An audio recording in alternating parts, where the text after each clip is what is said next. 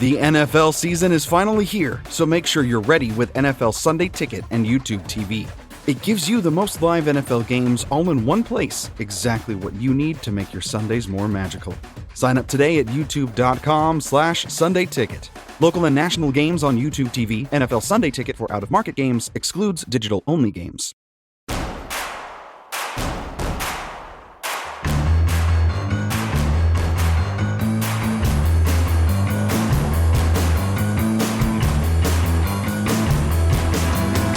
From your favorite source for Chicago White Sox talk, delivering news, interviews, analysis, and more. This is the Sox Machine podcast with your hosts, Jim Margulis, James Fegan, and Josh Nelson. Thanks, Rob, and welcome to a new Sox Machine podcast. I'm your host, Josh Nelson, and it's Wednesday night, September 11, 2024, as we record this new episode. The Chicago White Sox had a chance to win a season series against the Cleveland Guardians, but alas, they are swept again for the 23rd time this season. The White Sox are now 33-114. With 15 games left to go, the White Sox need to finish at least 8-7 to avoid the worst record in Major League Baseball history. That seems like a foregone conclusion, which is maybe why we heard from both White Sox chairman Jerry Reinsdorf and general manager Chris Getz this week.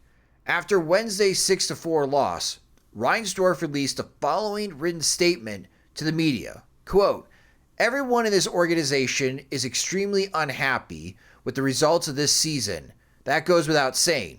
This year has been very painful for all, especially our fans. We did not arrive here overnight, and solutions won't happen overnight either. Going back to last year, we have made difficult decisions and changes to begin building a foundation for future success. What has impressed me is how our players and staff have continued to work and bring a professional attitude to the ballpark each day despite a historically difficult season. No one is happy with the results, but I commend the continued effort. I expect to have more to say at the end of the season." End quote. Again, that's from Jerry Reinsdorf. Getz covered many topics in his media session to set the stage for this upcoming offseason. He's got two big items this offseason. First, he's got to find a new manager to replace Pedro Grifol, as interim manager Grady Sizemore is not expected to remain in that role after the season, but is hoping to stay within the organization. Getz broke down the thought process and set expectations for the upcoming White Sox managerial search. We haven't begun the permission process. What we've done is we've built out a process that we feel very good about. Simultaneously, we've been able to collect names through referrals or our own research, and we feel pretty good about the amount of candidates that we have. And then, once we get our season to the finish line, we'll devote more time and begin the interview process. There's really not a timeline. More than anything, I want to be respectful to other organizations with what they're trying to accomplish. So, and with that being said, we want to finish strong here and finish our season the best that we can. And then, come October, we'll have a little bit more time and be very intentional on the interviews, and then eventually we'll get to the finish line. But in regards to defining a timeline, we're not going to rush into anything. We're going to be as thorough as possible and then make the best decision for the White Sox. Different levels of involvement. Our baseball operations group will certainly be a large part of building out the criteria and going through the interview process. But you've got people that are inside the organization and outside the organization that can be of help, whether it be through the referral process or gathering more background information. So I would say it's fairly broad with the involvement. Now, at the end of the day, it's going to be my decision. It's going to be the baseball ops decision. We're excited to name the next Chicago White Sox manager. The second big to-do item for Getz is finding a way to either sign Garrett Crochet to a long-term contract or find him a new home. Getz shared what has impressed him the most about Crochet this season, but also why he must listen to inquiring calls from other teams. For one, we're really proud of what Garrett has accomplished as a starter this year. He's been one of the bright spots of baseball, quite honestly. So, it's not a player that we're actively shopping. Obviously, there's a lot of interest in a Garrett Crochet just because what he can do on the mound. And, we'll wrap up this year, get into the offseason and kind of go from there. But you look at the long list of arms that we've accumulated both through the draft and trades, and we feel like we're in a pretty healthy spot from a pitching standpoint. The reality of baseball and where we're at as an organization, you need to look at the types of returns that you can potentially get in trades, and we need to weigh where we're going to be in a year, 2 years, but we also know how talented he is. And he can certainly lead a rotation with the White Sox or anyone else. So we're going to take advantage of what he's capable of doing as a starter. But also, I think it's wise to see, what the market holds for a Garrett Crochet to see if we can improve the White Sox for the future. For this upcoming offseason, don't expect the White Sox to spend. If anything, expect more player payroll cuts, as Getz chimed in about the White Sox financial limitations. Every club has their financial restraints, and I think that's the beauty of our game in a way too, where we're talking about different markets throughout the country, and you want to maximize with the resources that you have. I know from an infrastructure standpoint, I've said this from the beginning, so much of our focus is the foundation of the organization, whether that be on the international side, the amateur side, player development, and the various areas that make up an organization. And, we're looking for individuals that can do many things that are very talented, so we can scale the talent that they have and have a far reach, whether it be down at your academy, apply it to every acquisition, the development of our players. So that's really what we're focused on. That's what we've been focused on. We'll continue to do so. As a former major leaguer, it's been a tough pill to swallow for Getz in 2024 as a competitor watching the White Sox lose at the rate that they have. But he still remains optimistic that better days are ahead. I'm a competitor, just like the players on the field, and when you don't win ball games, that eats at you. It's hard, and we've come up short way more often than we would have liked. However, you look at some of the development of these players and the opportunities they're getting right now. You have to find your wins when you're in a rebuild like we are right now. So, the spirit of our players seems very strong, especially in this clubhouse still, regardless of the struggles that they've been faced with from a wins and loss standpoint. I'm really proud of that. In terms of optimism, we look at the farm system, we look at where our pitching is, we look at the potential of what our rotation looks like for next year and years in the future. And we've got guys in the bullpen right now that are getting opportunities and pitching well. It looks like we're in a good spot from a balance standpoint, both with starters and relievers, and now it's about putting some more runs on the board. We've got young prospects that are rising in the minor leagues on the offensive side, and now we'll be able to blend that with the pitching. So, that makes everyone that's working in the organization optimistic, and hopefully our fans can see the light at the end of the tunnel. Joining me now are Sox Machine's beat reporter James Fegan and managing editor Jim Margulis. And hello, gentlemen. So we got a written statement from Jerry Reinsdorf. Thank you to James for getting the sound bites from Chris Getz earlier this week during the media scrum. James, I'll start with you. Both Reinsdorf and Getz, I see an attempt to be self-aware of just how bad things have gotten this season for the White Sox. And they're conveying that to the public like, hey, we don't have our heads underneath the sand here, stuck in the beach. We know how bad this season has been, but with them admitting and being self-aware of just how bad the season is this messaging falling flat? Because there seems to be at best, a lukewarm reception from White Sox fans with what Getz and Reinsdorf have to say, James. I think the most self-aware thing that gets said is Getz repeatedly acknowledging that none of it's really going to play until they start winning games. So I think that's the response to probably everything I said about foundational changes this season, is that it's going to fall flat. They haven't earned trust. They're very far away from doing anything that probably would earn trust. So they kind of know, like, yeah, everybody hates us, stick their head out and get hit by a few like heads of lettuce and then go back in and get back to work. And, we'll see them again in a couple of weeks and have new produce ready. I would say that, like, the Reinsdorf thing, like New York Times Magazine, Washington Post, ESPN, because Jeff Passan was here. One day, Jeff Passan and Jesse Rogers were both here at the ballpark, which I'm no longer at, as much as I'm traumatized to think I'm still there. So that's not here. They were there at the game, along with like John Greenberg from The Athletic, who drops in to write features about how awful they were. Like, there were a lot of outlets coming in with national reporters requesting comment from Reinsdorf. The Beat, here and there we poked, like, since it's more of like a conversation back and forth, like, hey, do you think he'd talk now or this? Like, we thought he might talk after the Grifol firing, or maybe he'd say something at the end of the season.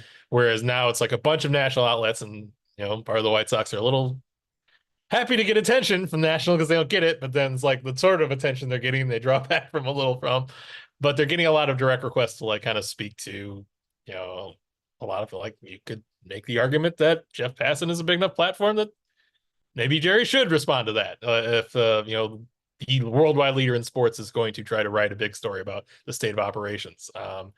But the statement is kind of the product of all of this, rather than, the 15 straight home loss really grinding, Jerry's gears. Like, I got to say something. That's too many home losses in a row. I think it's more the response to kind of media, I don't want to say pressure, but presence kind of asking for it, rather than we really trying to turn over a new leaf. Maybe cutting ticket prices counts as that. Getz talking is, standard first day of a homestand availability that, I commend him for doing regularly, probably a bit more regularly than the last front office was doing last season, but not some sort of big extra step of, like, we really need to address how bad things are. It's kind of been, we all know how bad things are. It's been the operating status for both sides, I feel. Jim, what are your thoughts about what Reinsdorf and Getz had to say this week? Yeah, that's kind of it. To try to add to that with actual words and sentences, Reinsdorf's statement alone does not hold up with his statement when he hired Chris Getz. The whole idea of hiring Chris Getz without interviewing anybody, without thinking about anybody aside from Branch Rickey was the only other name he mentioned. Was that he said, I didn't have to interview these people because I knew them all and I knew that they were qualified. But what I didn't know is I had somebody inside who could start right away making things happen. And that's the reason why Chris was selected. He really stressed that didn't have a year to waste, needed to really get up and running. And there's really no sense of urgency a year later about, all the urgency he said, and like how embarrassed he was and how low it got. And then they're even worse and even more directionless. There's really no path towards a winning season, anytime soon. Within the next couple of years, at least with talent on hand, it would take, I think, some rather swift improvements or some miracle transactions to make that happen.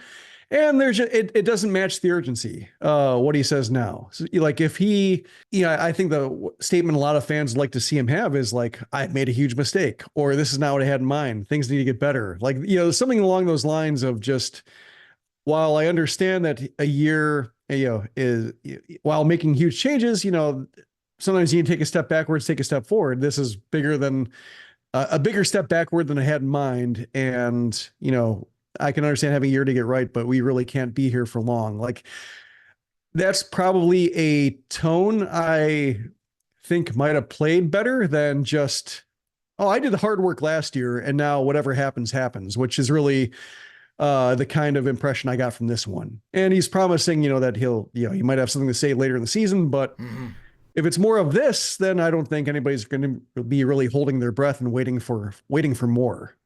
I think the only thing that will satisfy White Sox fans at the end of the season, if Jerry Reinsdorf had a press conference, was him to officially announce that the team is for sale. That's it. I can't imagine anything that Jerry Reinsdorf can say right now, Jim, that would appease the mob.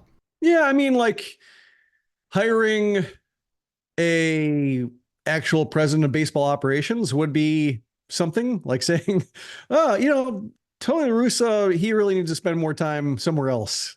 Like that'd be something I think would be welcome. There are things he could say that would reflect a big enough change in his approach and attitude, but sticking with Chris Getz did not reflect that. So that was more of the same. And so that's why I think that, he's never really tried what he's needed to try. And that's been the state of the White Sox for a very long time. When Rick Hahn and Kenny Williams and such just never doing what they could do, what most other teams are doing to get better, or at least signal a serious attempt to get better. And I always wonder with the Bulls, because the Bulls did that with their big front office change, going away from John Paxson, actually conducting an interview to hire like a well-regarded pair of executives from outside the organization, and them not really doing anything, partially because Reinsdorf has these edicts to be competitive and not either rebuild and also not go into luxury tax. So he gets stuck in this weird limbo state of just trying to do the best with like a B- team that, maybe he saw that and was like, I don't get the point. Like, why hire people I don't know if they're going to disappoint me just as much as my friends? I'd rather have my friends disappoint me because I love them. And, maybe it's the case. But it's all very just, it's, everybody's being held hostage by somebody's very strange preoccupations of just, you could probably do a deep psychological profile I'm not qualified to give, but just he runs his team in a very peculiar manner, and it's a hobby for him. Like it's really just what he does and how he passes the time. And it's just a lot of people being hung up by passing the time. It's I've made the analogy before that it's like my guitar playing ability is like if I had to subject a couple million people to my guitar playing and saying, wait, I'm going to get it. And for 2 years, 3 years and not getting any better, like not actually practicing scales, not actually practicing technique, just trying to learn songs note for note and not getting any closer. Like that's what it is, except it's a $1.56 billion business that he's doing this with, and it's no good. Yeah, and related Midwest and the White Sox continue building that mock field in the South Loop. So expect more promotional activities by both the real estate company Related Midwest and the White Sox to drop enthusiasm, because that will totally change the outlook of this franchise if they get a new taxpayer-funded stadium in the South Loop. That was our guess when we heard a statement was coming out. They're like, it'll just be something about the 78. Well, that's true. Well, it wasn't. But with this upcoming off season, and as we heard in the intro and the audio package, James, Chris Getz is really pointing to two things this off season for White Sox fans to definitely look forward to. One, the managerial search and breaking down his process of what his steps are going to be and how they're going to come to that decision. The second is the future of Garrett Crochet. If they cannot get a long-term extension with Crochet done, which I don't think anyone within White Sox fandom, the media expects to even come close to that happening, that more likely than not, Crochet will be traded this offseason. But after those two items, should White Sox fans prepare for what could be a lackluster offseason? Yeah, I mean, I don't like they could entertain long-term pieces. I mean, theoretically, Juan Soto's the sort of player that what am I saying? I think in terms of expecting explicitly for the payroll to go down and knowing they're aware enough on their win cycle that they can't fix it in one offseason sort of thing. So like theoretically you could, pursue superstars as they did with Manny Machado. That would make sense given the length of the commitment that would require. I think you're largely going to see them probably do something similar that they did this past season, to find some upside plays at low cost that they think they can flip at the deadline. Maybe take some, medium length bets the way like, Eric Fetty kind of served as. I don't know if there's a next Eric Fetty. I don't even know like how much. I think obviously things have to be very bat forward in terms of what they're securing as far as short-term patches across the roster. but I would expect like they're not going to try to vault themselves to like the way the Rangers did. That would be, more stunning than anything, Jerry's going to say at the end of the season. We're still waiting on details of the new television network. So when you combine, still don't have firm idea other than if you have DirecTV, if you have Comcast, if you have YouTube TV, you have received emails notifying you that NBC Sports Chicago will be pulled off of those networks on September 30th. Will the new network be ready to go? What part of packages? We still don't have clarity on that, and the end of the month is just a couple weeks away. They're going to be pushing for a new stadium. They're going to set a new worst record in Major League Baseball. And this offseason the highlight is trading away your best pitcher. Again, great business model that the Chicago White Sox have right now. I don't know. I hope for the best for all of the salespeople that the White Sox have, especially when it comes to season ticket renewals, because, boy, they are not giving a lot for the paying customer to continue with their season ticket packages or even think about buying tickets for next season. And to make matters even better on this front, the White Sox are awful at home. The Chicago White Sox this week were swept again by the Cleveland Guardians. 15 straight home losses. Since July 1st, the White Sox are 2-28 at home. Those 2 wins was winning game 2 of the doubleheader against the Minnesota Twins, and maybe the win of the season, 12-2 against the New York Yankees. That's it. The immaculate inning too. Yeah, and the immaculate inning. Yes, thank you. This is, I don't know if insane is the right word, Jim, but this feels insane. Any professional sports team, this is like, it's hard to fathom for a Major League Baseball team to lose 15 straight home games. And in their last 30 home games, they've only won 2. So you're saying it's not better at the ballpark? Clearly not. Your home record's still better than the road record, isn't it?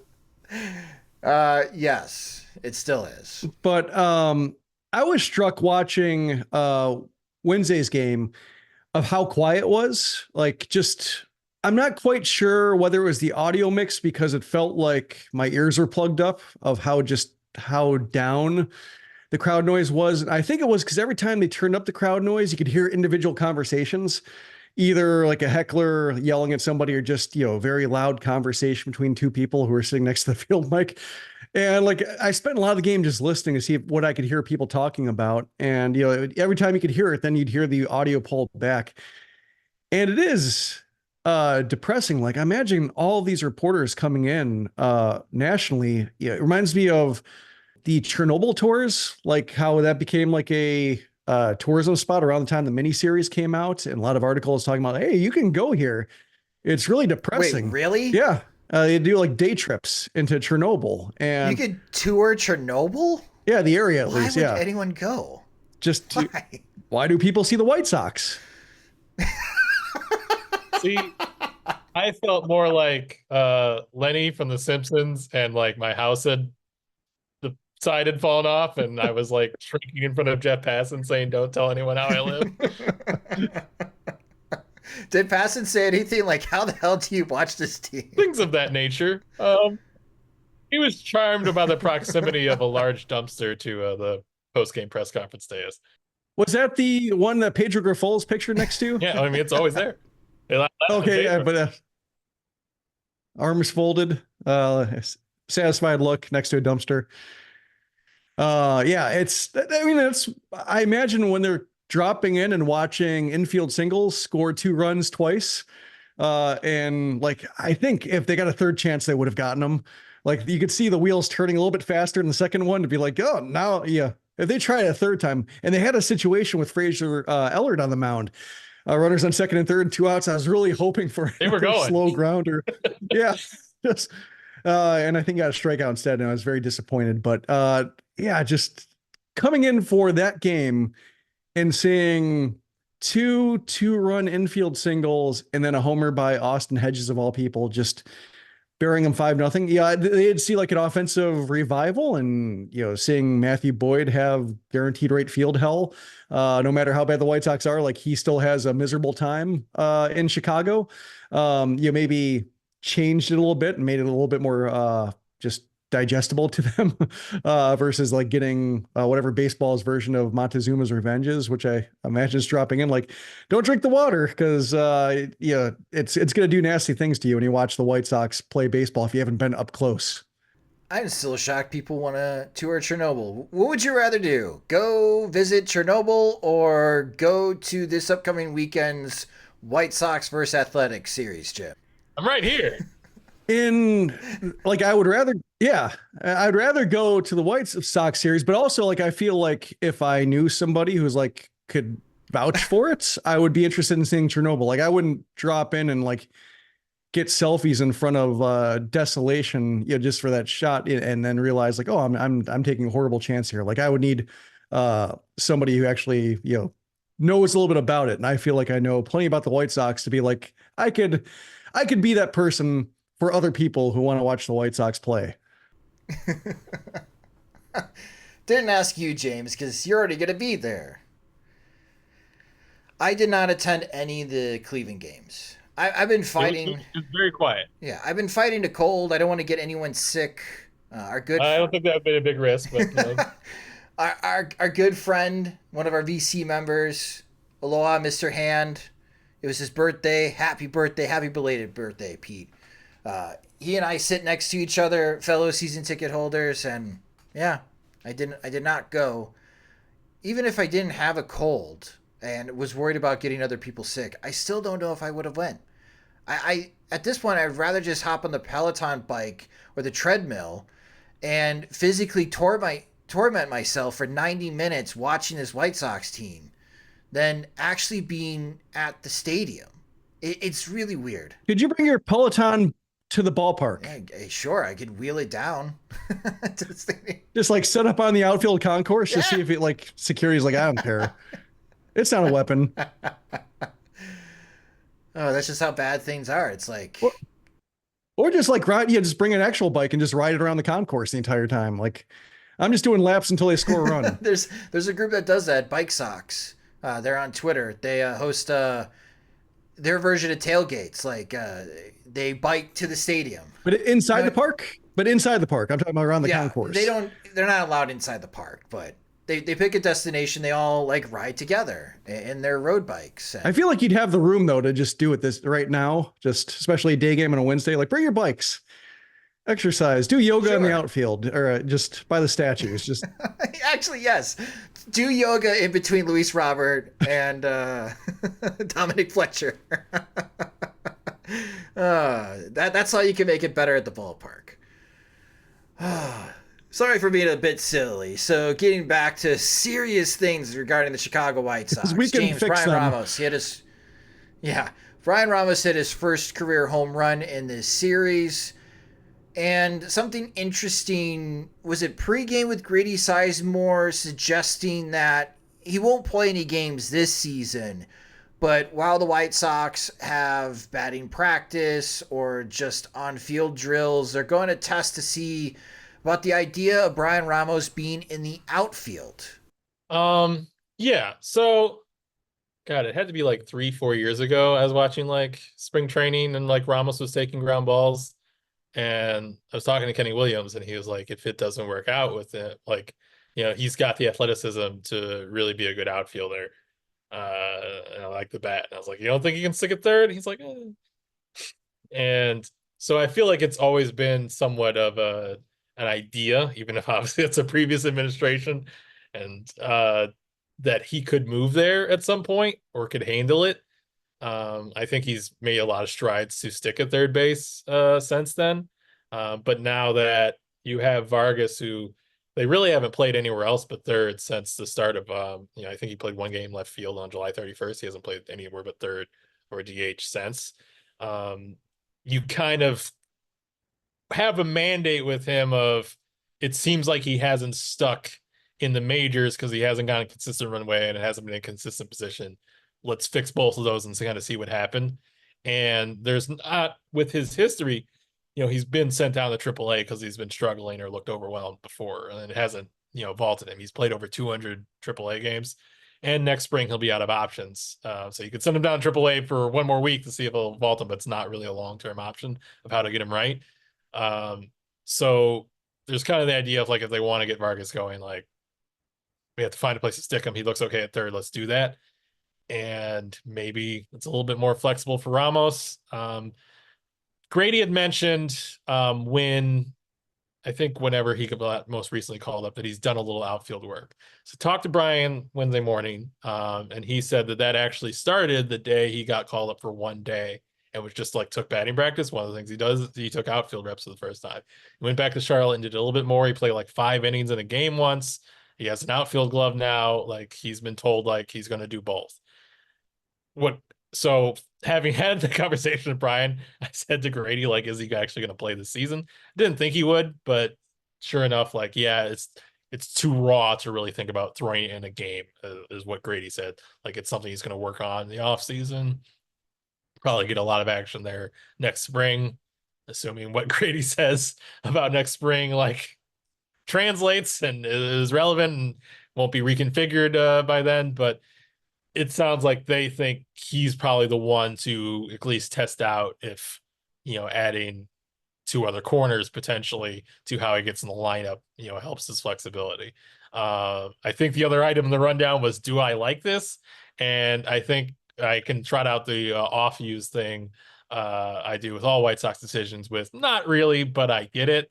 I think Ramos is like, one, like, is it,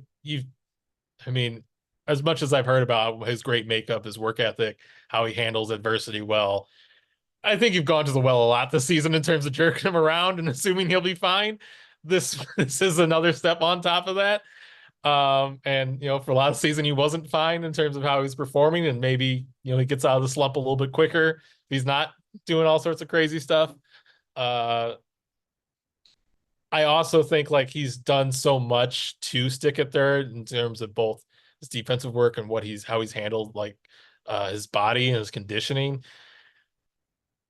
Obviously first round picks, guys you trade assets for, they get more chances. There's a reason you kind of focus on them, but in player development, when possible, you hear it talked up all the time of trying to treat everybody the same, like introducing some level of meritocracy. Like, don't beat your head into the ground, like demanding that Jacob Gonzalez is better than Brooks Baldwin if like it's plain and obvious that that's not the case. That like don't give one priority over the other, like ad infinitum. So I think as much as like, yeah, it creates a lot of confusion for Vargas and you're trying to basically create as many assets as possible, I'd want to see, especially if Bryan's like bashing his way in the lineup or, takes off in September and you don't really have any many options and he kind of is serving as one of them to some degree, like having him be the one who has to fight and move all over to get at bats makes me a little concerned because I feel like the season's maybe said he's not that flexible in terms of, moving him to levels, moving him across positions, and he's still going to hit and like go through the maturation process offensively that he needs to. So it raises some concern, even if I see from a pure, like, we just need to get as many position prospects in a good place and off and running as possible. And this allows us to kind of have both. It gives me a little pause because of the way his season's gone and, how much has been asked of him. And, I think he's a better defender at third base. And right now he looks like the better player as a third base. Miguel Vargas is an everyday third baseman. So you'd think if you're choosing between them for one position, the guy who's better would get it. But you're trying to get Vargas right. And this is the part of it. You'd have to really scratch your head for what to do with Vargas if you just give Bryan Ramos third base, as much as that seems like what he's earned. But isn't that the whole point here of even like what Getz was mentioning, like better process, better foundation? How much more runway are you giving Vargas? Because, Jim, 30 games is a small sample size. And to make short-term, medium-term decisions based on 30 games is often ill-advised. But Miguel Vargas, since 2022, has played 159 games in Major League Baseball. He's accumulated more than 400 at-bats. His career slash line with the Dodgers and White Sox is a 181 batting average, a 279 on-base percentage, and slugging 324. That is a career 603 OPS. There is nothing over since the parts of the last 3 seasons for Miguel Vargas to suggest that he's better than a quadruple A player, even being the headliner of this 3-team trade this season. So if they're bumping Bryan Ramos to see if he could play outfield for him to find at bats, when Dominic Fletcher might be a dark horse of winning the Gold Glove in the American League in right field, which I was not expecting to see, but he continues to do a great job there. Can't move Andrew Benintendi because he's a pillar of the White Sox team right now because of his contract, and unless Luis Robert gets traded this offseason, he's going to man center field. So with Ramos, it's third base and DH, and I'm going to bring Andrew Vaughn into this conversation because in his last 33 games, it's 19 at first base, 14 at DH. So is Vaughn going to be mostly a DH moving forward? It's weird, and even in our VC chat, shout out to Sean, it's amazing.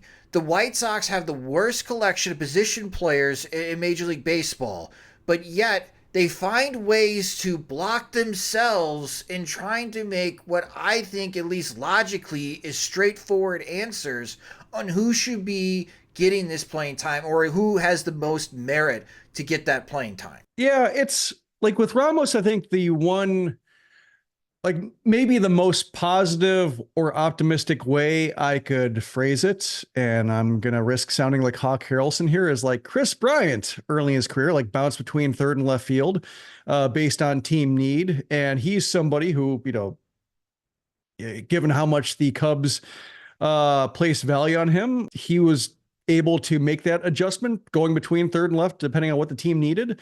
And, one Rookie of the Year, one MVP, just centerpiece of the Cubs World Series team. And it didn't seem to affect him. So I think it, to me, it comes down to like Ramos's mindset. If he's like, yeah, I don't mind. Like, I find outfield work interesting. Put it on me. Like, I'm just happy to help the team. Like, I enjoy like shagging flies. Cool. Like, if that's his attitude, I could see a lot of benefits of having this approach, even if it is like Miguel Vargas forcing him to the outfield, which I think is kind of the unsavory part of all this, is like, when you see that, Vargas and Lenyn Sosa have gotten about as much playing time over their careers, and they have kind of like the same slugging percentage and are both like sub replacement level players over the course of their career. And you think like, did the White Sox, did they acquire another Lenyn Sosa, or maybe slightly more talented Lenyn Sosa of just not having a place to play him and not being that good of a bat to play him in places where defense, starts taking a toll? It gets, that's where it gets messy. But if you can isolate Ramos of being like, he can play third, but he also has the speed and maybe the arm strength to play a corner outfield spot pretty well, I don't mind that part of it. So I think that's what I'm trying to isolate. And if Ramos is happy about it, or like if he's a happy warrior type, and it's like, yep, I'll do whatever it takes. I don't mind. And he actually means it.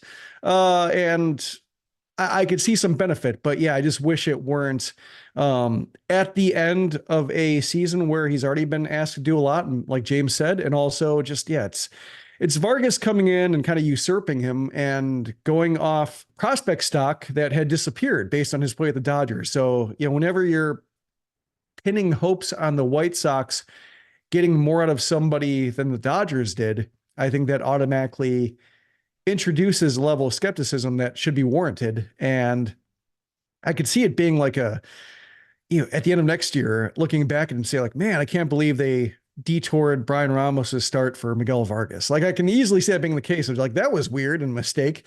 And so I think it's fair to call it out in real time to say like, yeah, this could be a costly distraction of, somebody who should be a bigger priority in the organization. So I hope, Ramos is game about playing left field, because if it clicks personally for him, cool. But, like whenever I picture White Sox outfielders or infielders going to the outfield, I always picture Tyler Saladino getting Tommy John surgery because of a throw he made from left. So I hope, I don't mind taking a more cautious approach with building them up and making sure that he can physically tolerate the motions the position demands. But yeah, it's for other organizations, I can see it being a plus. For the White Sox, yeah, I just wish they had their ducks in a row better. I've soured quite a bit on Miguel Vargas, that he is not a priority, at least in my book.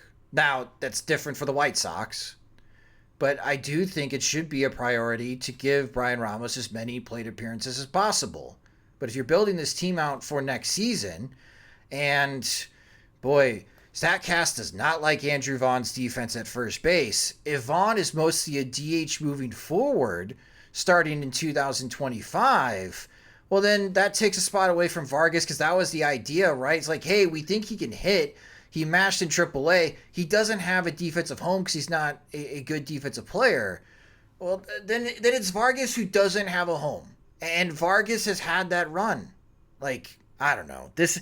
I could already tell this is what's going to piss me off early, Jim, in 2025. If they play the first 20 games of the year, Vargas plays 15, batting 105. Bryan Ramos gets 5 games and hits a home run and shows some spark. But no, we got to know for certain if Miguel Vargas could be a quality major leaguer. I already know this is going to piss me off next season. I mean, I guess one caveat would be that, like, generally at the White Sox, you're not going to be overrun with position talent in some way where you can't figure out like how to get all your worthwhile hitters in the lineup. At least you shouldn't be. So generally they're, strapped to depth, or, doing something where Corey Julks is available on the waiver wire and you wind up having to use him 300 plate appearances because like you just don't really have like usable depth. And the idea would be that we shouldn't fret too much about like, this will figure itself out at some point. Even your rookie year, Andrew Vaughn wound up getting 470 plate appearances. But a lot of this hinges on like how much they're willing to continue going on kind of the Sheets Vaughn. What's a duo? I was looking for something more ornate, but they're both hitting arbitration, and Vaughn's like a year higher and thus more expensive. Like he's kind of theoretically your best hitter on the team right now, so it's kind of hard to strip away.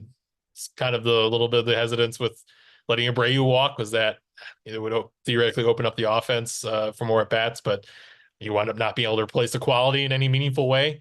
Vaughn would be, a much more stripped down version of that, but it's still be a hard first step backwards for the offense to technically go. And you do have a fair amount of kind of corner guys who are kind of quad A or blocked because of Sheets taking priority, but they also haven't really forced Sheets off the page in some way. It's kind of my big question for figuring out how they're going to allow the offenses. These guys don't have a ton of control left. They haven't, really distinguished themselves the last 2 or 3 years. Are you willing to maybe even dig even lower in what you get at the start of next year's with the offense to start opening things up for really giving room to maybe guys who have a longer window with you? I guess I'd be fine with that, because at this point, we know what Gavin Sheets is. And we may be going into next season, let's say by Memorial Day, we'll probably have a good grasp of what Miguel Vargas is. And if they're not major league average hitters, you got to move on. More churn and burn, Chris Getz. Please do not be like Rick Hahn. Churn and burn. Okay? Even if Vargas is bad next year, just move on. You got 2 other young prospects that are in A-ball that you can dream on. Again, this is going to frustrate me moving forward. Bryan Ramos sitting on the bench doesn't make much sense to me at this moment. He should be getting as much playing time as possible. I understand having him play in the outfield, but he's quite blocked in the outfield because that unit is getting better.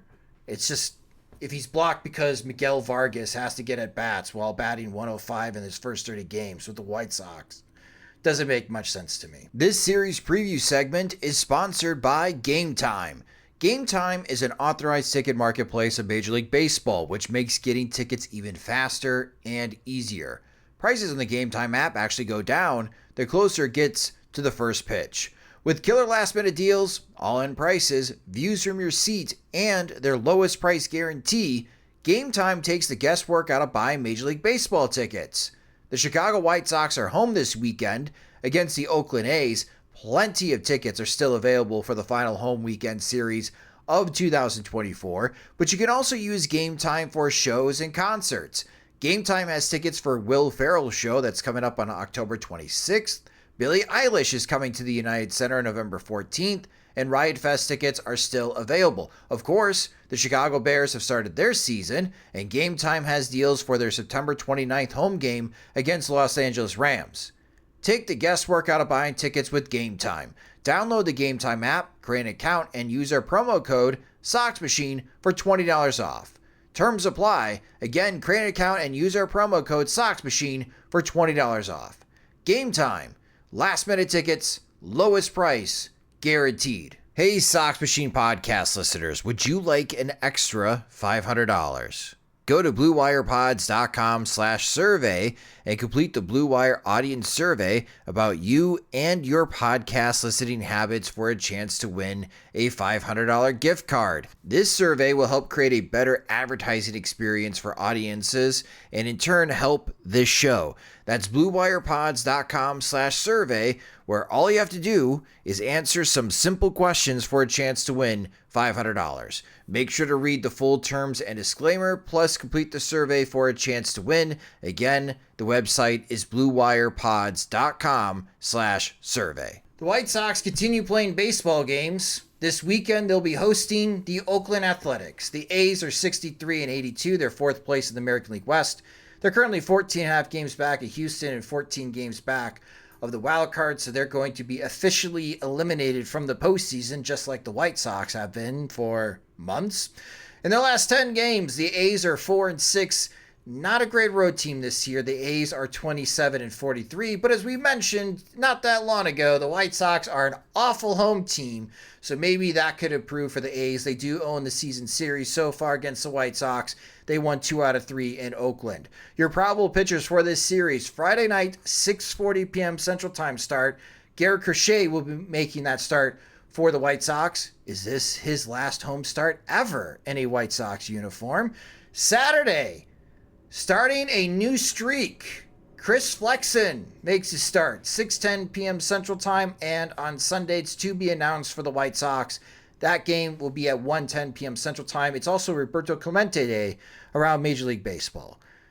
Jim, a bit weird to say this, but this is the last time that the White Sox are facing the Oakland Athletics. Next season, they will be in Sacramento.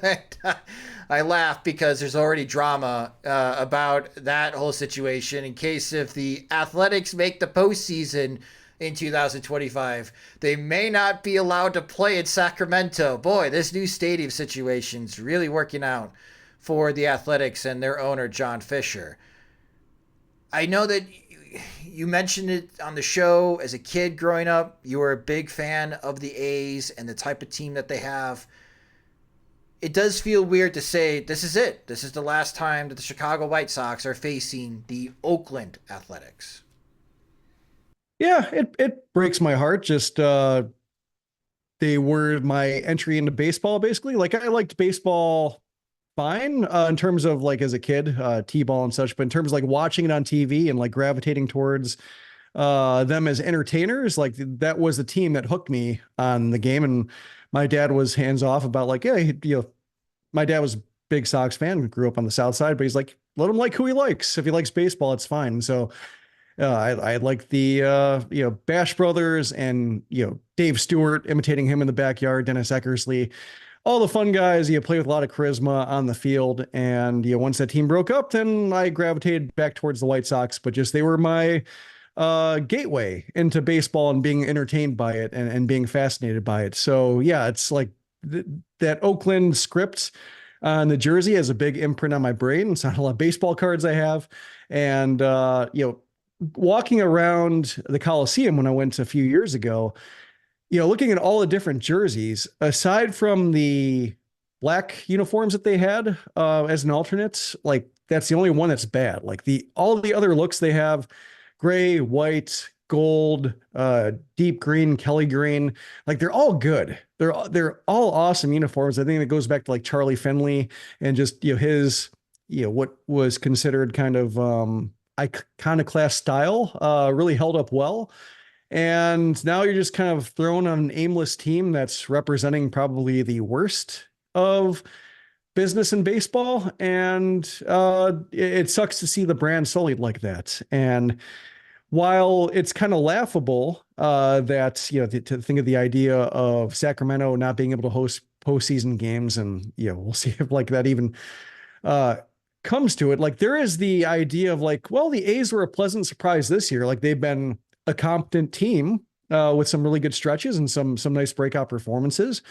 And like, if they somehow get better, like you always have that just hanging over, like there's just always something limiting this team, whether it's John Fisher, whether it's the Coliseum, whether it's just the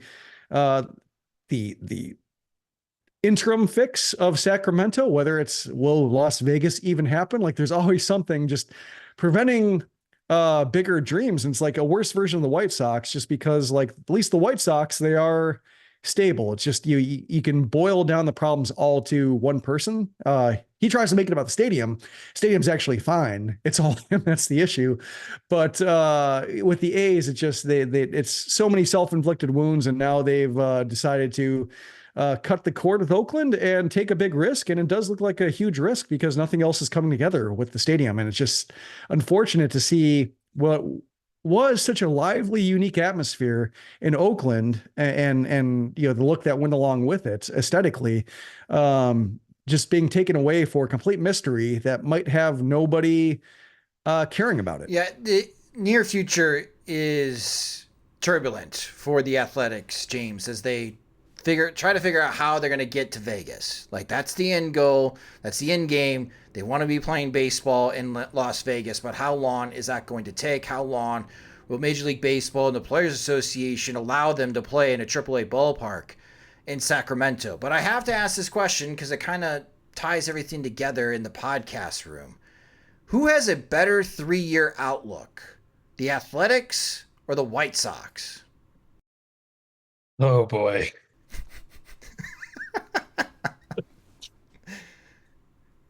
Well, moving to I don't know. It's a really good question. Like when it comes to like all of the permutations, and like I could see with Oakland being in a better place 3 years from now because they're in Salt Lake City, owned by somebody else. Like that's kind of how right now with the current trajectory they're on, like I could see Major League Baseball pulling like they did with the Dodgers during the Frank McCourt thing, when he was getting divorced and bankrupt, and just, he was running the Dodgers into the ground. And I could see Rob Manfred being embarrassed enough by taking a chance on Fisher and him just not having anything to show the league to say like, no, we got other ownership groups, and Salt Lake's really making a push. I mean, we saw what they did to the AHL and taking the Coyotes and saying, well, I guess Utah's got a hockey team now. A little bit easier because they have the arena already there. But still, like this, it's kind of a proof of concept, and they have money. They have, both, I think, in the city, even though it's a small market, they have the appetite for it. And if Vegas doesn't pan out, or if Fisher doesn't pan out, like I can see them being swept up and being like an okay situation with somebody else owning them. But I think like that's kind of the case, is like, who doesn't own the team first? Reinsdorf or Fisher, I think, is maybe like the easiest answer for like when it clearly gets better.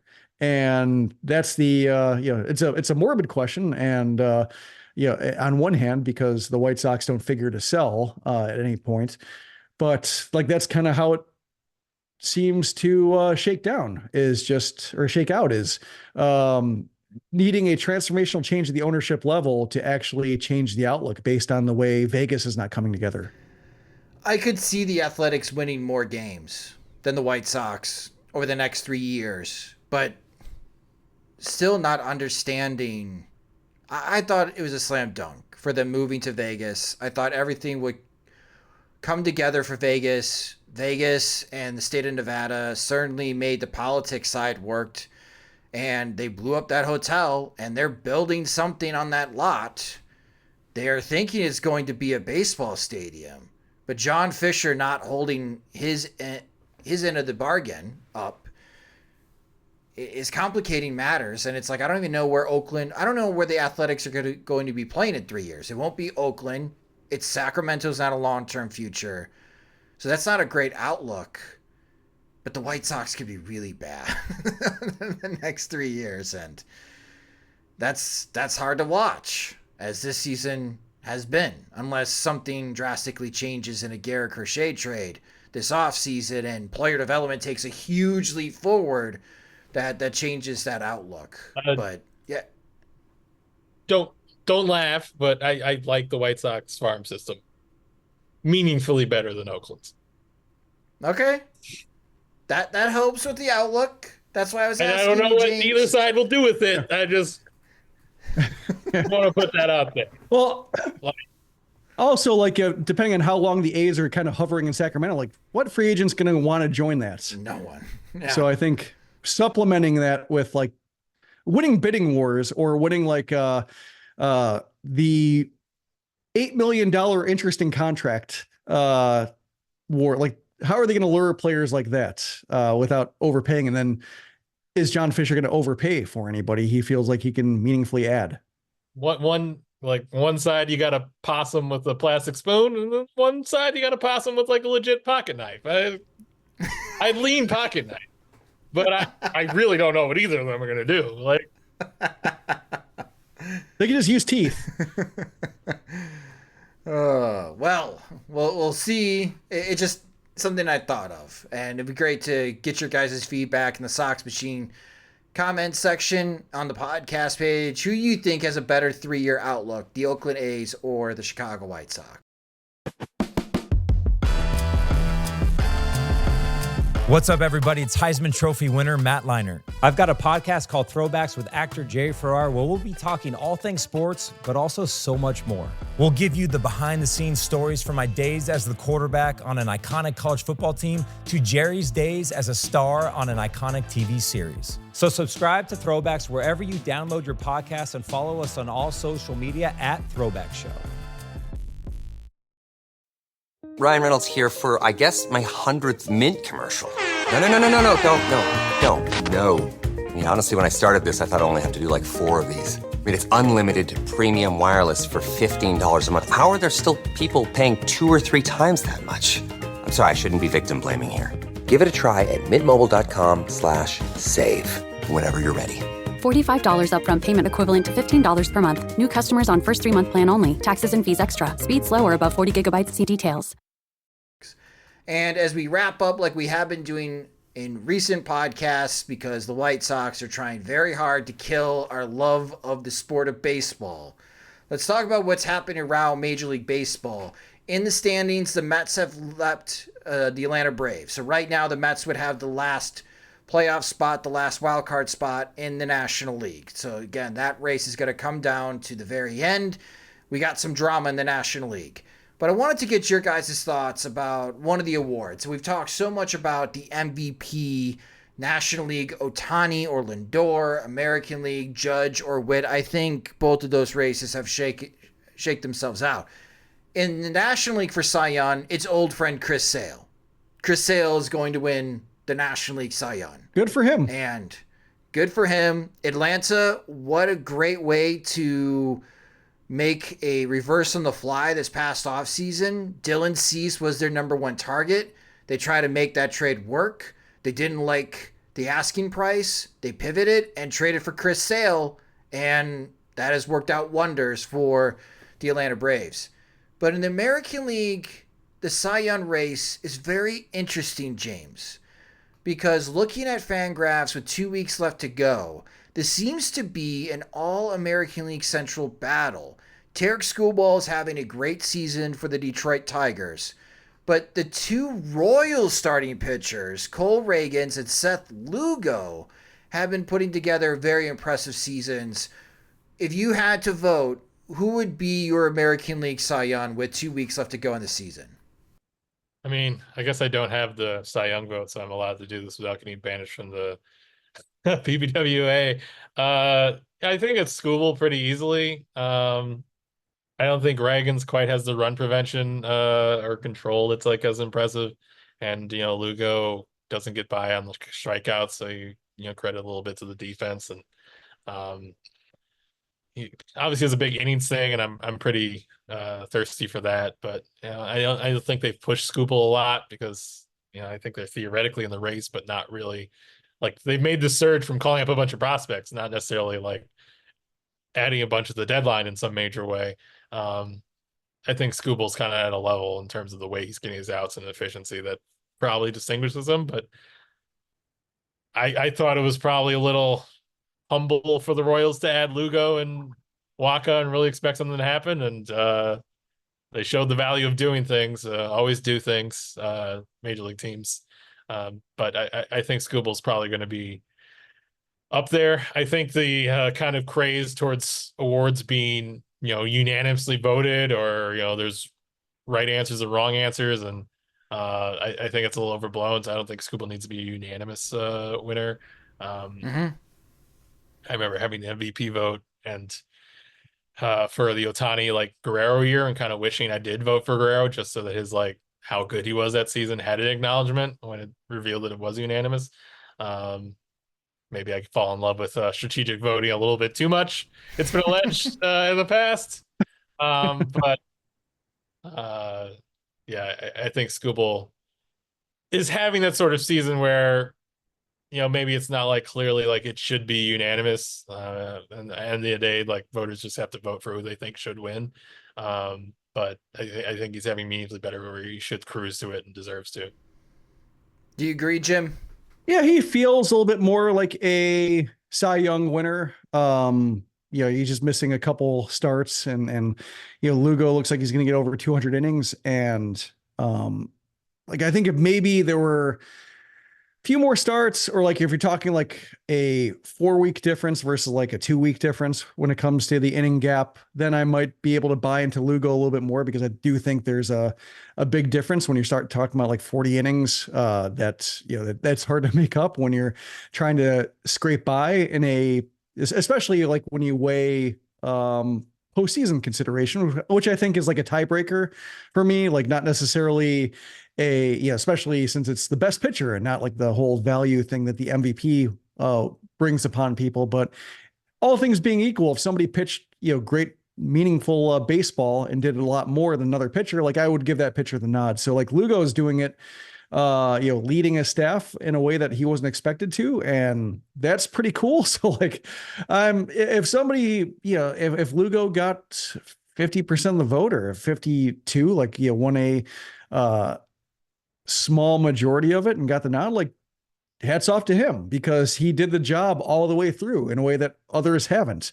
He might be the only pitcher who reaches 200 innings. And I think that's an accomplishment. So I feel like Skubal's more like the guy who, if you look at it 3 years from now, kind of like the Chris Sale thing, how did that guy not win a Cy Young? I could see him having that arsenal to where you feel like it might have been a missed opportunity to not give him that award because he is that good. Whereas Lugo is more of a, his excellence is more maybe circumstantial for just, how good he can be at preventing runs, whereas Skubal does it more himself. But when you get to 200 innings and if your closest competition, is barely getting 180, I can see that being a difference maker for a team that didn't make the postseason. So yeah, I'm kind of in James's boat of Skubal, but Lugo's cool too. Yeah, the Cy Young finalists would be interesting. I mean, it could be a Detroit Tiger and 2 Kansas City Royals as the 3 finalists for the American League Cy Young, just like how everyone predicted before this season started.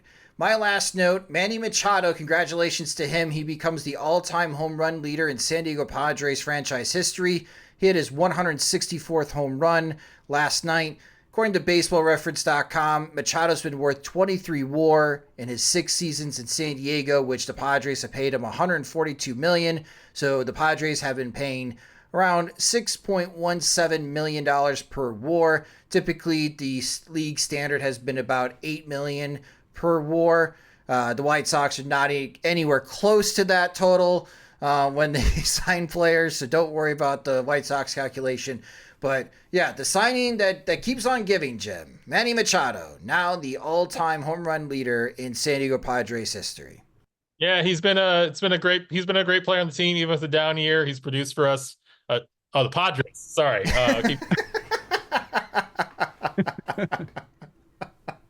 Yeah, it's, I think the only solace is like, I think now you look at it and say like Bryce Harper should have been the target all along for the White Sox based on just left-handedness, outfield, like even with Tommy John surgery, like he's more of, I think, a mascot presence the White Sox could really use. Whereas Machado is somebody who, he does, he's got the Luis Robert thing of just like, he's so good. Like he doesn't worry about what others think of him. And, maybe some vibes he gives off. And if other vibes are going poorly, he's not going to be the one to rescue him because it's not his jurisdiction. Like he's just going to play a very good third base and hit a lot of homers and be immensely valuable. And if the rest of the team isn't picking up the tab, that's on them. Whereas, Harper is more of a rah guy. I think would have been like somebody who might have had the gravitational pull the White Sox really need to overcome all their dysfunction, because we've seen with the White Sox that you when you have a bunch of and Benintendi is another example of this. Is just somebody who does the work himself and doesn't necessarily give off like excitement when the excitement isn't there. That Harper would have been the guy. But I think what I come back to with Machado is like the White Sox could have signed him for $5 and $150 effectively because he had that opt-outs halfway through. And like the White Sox didn't want to give opt-outs. Why? In this case, I have no idea. Like, I don't understand why, because it gives the player some power, and the White Sox do not like to empower labor and having the say in like, whether they stay around and whether they saddle a team if they happen to be a disappointment. But, having seen both contracts play out, like Harper wanting to renegotiate his deal and Machado opting out, or not opting out, but getting an extension before he had the opportunity to opt out and getting a better deal. Like, there would have been opportunities for the White Sox to sign a big splashy deal and never have to pay it. And so they get the best of both worlds of just getting the excitement of that signing, but also not being on the hook for it. Whether they give, Harper an opt out after 3 years or 5, or Machado after 5, like opportunities to like just be that exciting and ultimately know that if everything works out the way it should, that he'll be playing another team in 2025 or whatever it is. So yeah, that's, I think, the big missed opportunity on both a talent level and then like on a getting the whole $100 million contract off, or never having signed a $100 million contract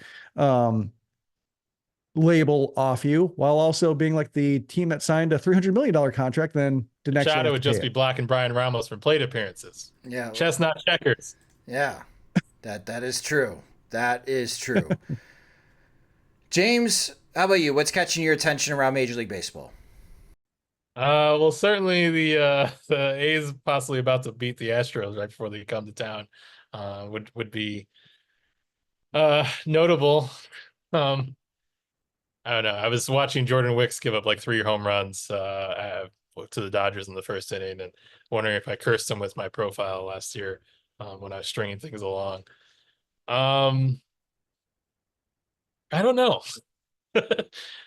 Like the Blue Jays are kind of the kind of sister team of the White Sox in terms of lost promise and having a core that aged out and or didn't really petered out in terms of not really producing the way they thought or producing the window. But it's surreal watching them kind of get undone by their inability to build a bullpen in a way that kind of resembles the White Sox, where they did throw a fair amount of money at it, but still like just dealt with a lot of volatility and injury. But it seems like there may be like a year or two behind the White Sox cycle, but also will spend enough that they never really like hit the same bottom. But they feel like they're very 2022 White Sox right now, with terms of, you could see kind of a decent team or like a team that scraps its way to a playoff spot if things break right, but they're built on too many kind of 50-50 toss-ups, and generally have some sort of like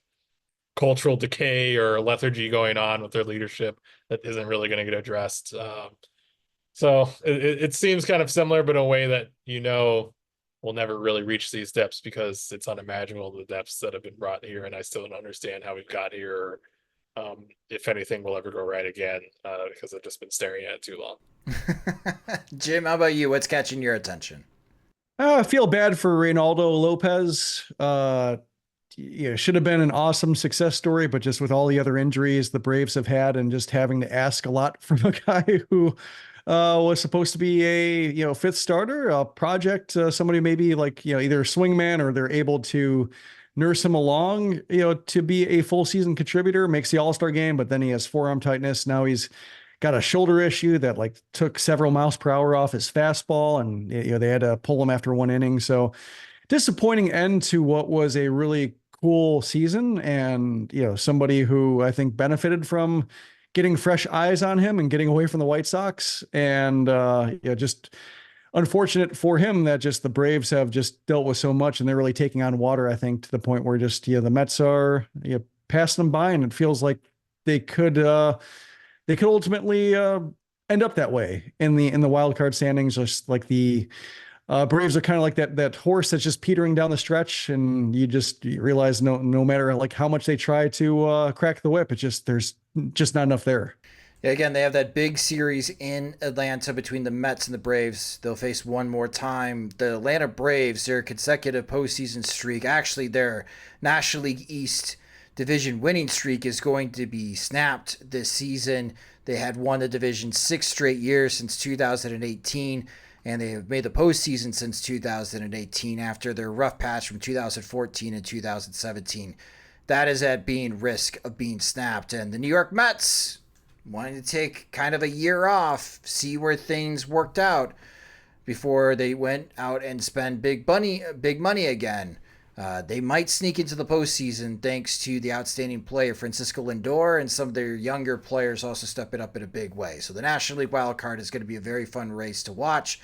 Again, if the White Sox are killing joy and your love of baseball, there's so much that's happening around the league. I highly recommend. And it looks like Fox Sports 1 and ESPN are going to up the ante when it comes to their baseball coverage as we enter the last couple of weeks of the season. And of course, the White Sox will still be a national story because worst team ever is a national story to talk about.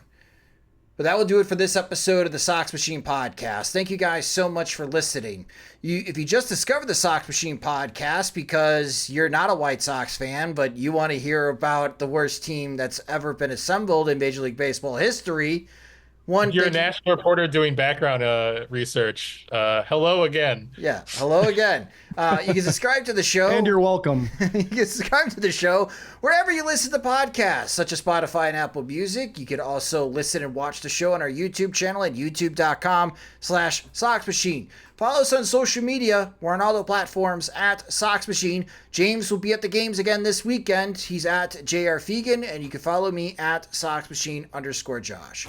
If you would like full access to our coverage of the Chicago White Sox, you can sign up at patreon.com/Sox Machine, where we have monthly plans starting at $5. We have additional tiers of support. We'll be hosting another Zoom call next week in which our Patreon supporters will get an opportunity to ask questions directly to both James and Jim about covering this White Sox team and what to watch for in the last couple of weeks. So again, I know it's football season, but huge thank you to our existing Patreon supporters throughout this entire historical season.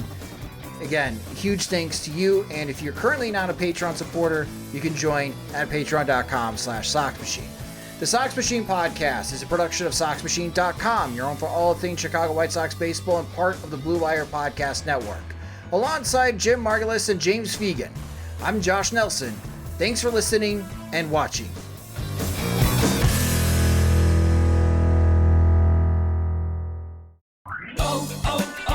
O'Reilly! You need parts? O'Reilly Auto Parts has parts. Need them fast? We've got fast. No matter what you need, we have thousands of professional parts people doing their part to make sure you have it. Product availability. Just one part that makes O'Reilly stand apart. The professional parts people.